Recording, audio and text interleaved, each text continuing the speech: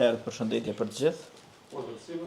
Si që një njohuri, Kao što ste u saznanju, trupi gjykues sudsko veće, gjykatës themelore në Prishtinë, departamentit special, Osnovni sud u Prištini, specijalni departman, i përbërë nga gjyqtarët u sastavu sudije, Rahman Beqiri, kryetar, Rahman Beqiri, predsjednik sudskog veća dhe gjyqtarët Kujtim Krasniqi, Avnis Sylla, antar, i sudije, znači članovi sudskog veća, Kujtim Krasniqi i Avnis Sylla, zyrtar ligjor Fatlim Gashi, pravni službenik Fatlim Gashi, duke vendosur në çështjen penale ndaj të akuzuares Jelena Gjukanović, odlučujući u krivičnoj stvari protiv optužene Jelene Gjukanović, për shkak të veprës penale, zbog krivičnog djela, spionazhi, špijunaže, nga nini 124 paragrafi 3, iz člana 124 stav 3, e lidhur me ninin 77 të Kodit Penal të Republikës së Kosovës, u vezi sa članom 77 krivičnog zakonika Republike Kosova, sipas aktakuzës së Prokurisë Speciale të Republikës së Kosovës, po optužnici specijalnog tužilaštva Republike Kosova, të datës 4/9/2025, dana 4.9.2025. godine, pas mbajtjes dhe përfundimit të shqyrtimit gjyqësor, nakon održanja i okončanja sudskog me procesa, datën 23/4/2026, 23.4.2026. godine, sot danas, në praninë e prokurorit special u prisustvu specijalnog tužioca, të akuzuarës optužene dhe avokatëve mbrojtës, i advokati, branioci, në seancë të hapur dhe publike, na otvoreno javno ročište, në emër të popullit, u ime naroda, shpall këtë gjykim. izriče ovu presudu. E akuzuara Jelena Gjukanović, Optužena je Jelena Đukanović, me shënimet si në shkresat e lëndës, sa podacima kao u spisima predmeta, shpallet fajtor, proglašava se kriva për shkak të veprës penale, zbog krivičnog djela, spionazhi, špijunaže, parashikuar nga nini 124, predviđena članom paragrafi 124 3, stav 3, e lidhur me ninin 77 të u vezi Kodit sa Penal. članom 77 krivičnog zakonika. Andaj, Stoga, gjykata, sud, bazuar në dispozitat e Kodit Penal na osnovu odredbe krivičnog zakonika dhe të Kodit të Procedurës Penale, i zakonika o krivičnom postupku, e gjykon. osuđuje Dënim me burgim kozgjate prej 6 vjetëve, kaznu zatvora u trajanju 6 godina, i cili dënim do të ekzekutohet në afat prej 15 dite nga dita e plotfuqishmërisë së këtij gjykimi. koje kazna će se izvršiti u roku od 15 dana od dana pravosnažnosti ove presude. Në dënimin e shqiptuar me burg, U izrečenoj kazni zatvorom i llogaritet edhe koha kaluar masën e paraburgimit nga data 28/2/2025 e tutje. uračunava se i vreme provedeno u pritvoru od 28.2.2025. pa nadalje. Urdhërohet konfiskimi i sendeve nga akuzuara si në vijim, Nalaže se konfiskacija stvari od strane optužene kao sljedeće: një telefon Samsung Galaxy S8 Samsung telefon Galaxy S8 dhe një telefon tjetër Samsung S22. i jedan drugi telefon Samsung S22.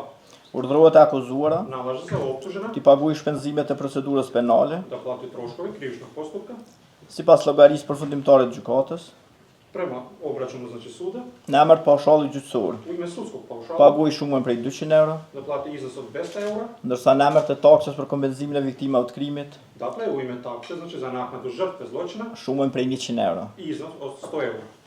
Nëse konstatohet se ka pasur shpenzime tjera, gjykata vendos me akt vendim të veçantë. Ako se konstatuje da su bili druge troškove, sud će odlučiti posebnim rješenjem. Të akuzuarës Jelena Gjukanović Optužena Jelena Đukanović i vazhdohet masa e paraburgimit se produžava mera pritvora deri në plotfuqishmërinë e këtij gjykimi, sve do pravosnažnosti ove presude, por jo më gjatë se dënimi i shqiptuar me këtë gjykim. ali ne duže od kazne koja je izrečena ovom presudom. Kërkesë pasuriore juridike nuk pati. Imovinski pravni zahtjev nije imalo. Ky është vendimi i gjykatës. Ovo je znači sudska odluka, Njoftohen palët obavještavaju se stranke se lejohet ankesa në afat prej 30 ditësh nga dita kur e pranojnë akt gjykimin me shkrim. da se dozvoljava žalba u roku 30 dana od dana prijema znači pismene presude.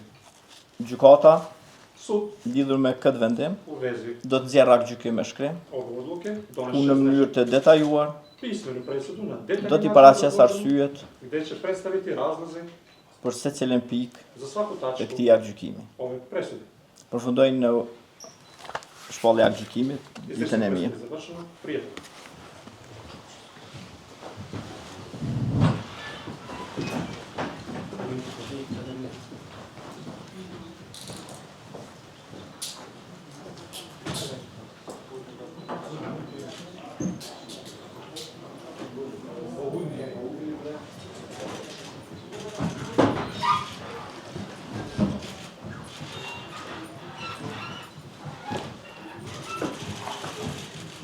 Siç e pat sot gjykata themelore në Prishtinë, departamenti special, pas një procesi të gjatë hetimor dhe gjyqësor, shpalli fajtor një zyrtare të misionit të OSB-s në Republikën e Kosovës, Jelena Gjukanović, për kryerjen e veprës penale spionazhi e kryer në vazhdimsi nga anën 124 paragrafi 3 lidhur me anën 77 të Kodit Penal dhe i shqiptoi një dënim me burg efektiv prej 6 vitesh.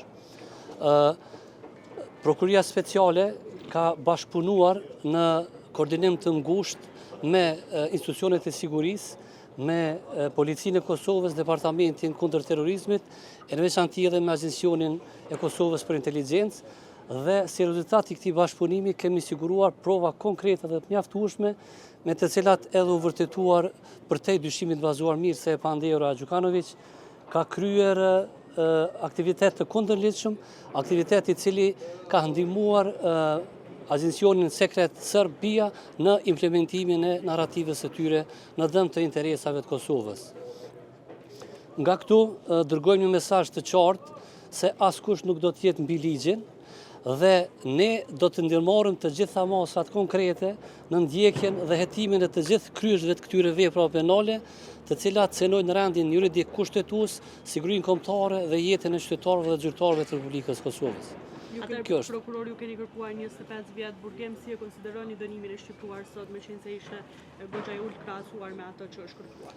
Ne do të pranojmë aktgjykimin e gjykatës dhe varësisht pas analizimit të arsyetimit do të vlerësojmë në lidhje me dënueshmërinë e gjykatës. Pasi që gjykata e apelit e ka kthy dy provat, dy raportet policor mbi telefonave, me thonë prapë në gjykim, na e kemi ekspektu aktgjykimin dënues.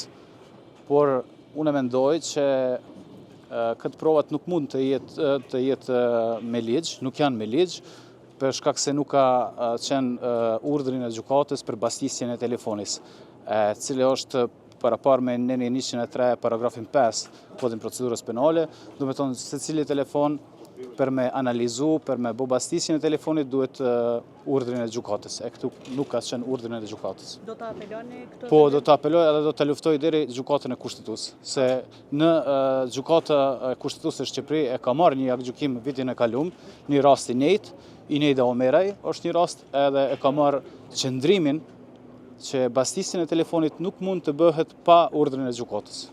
Ju faleminderit.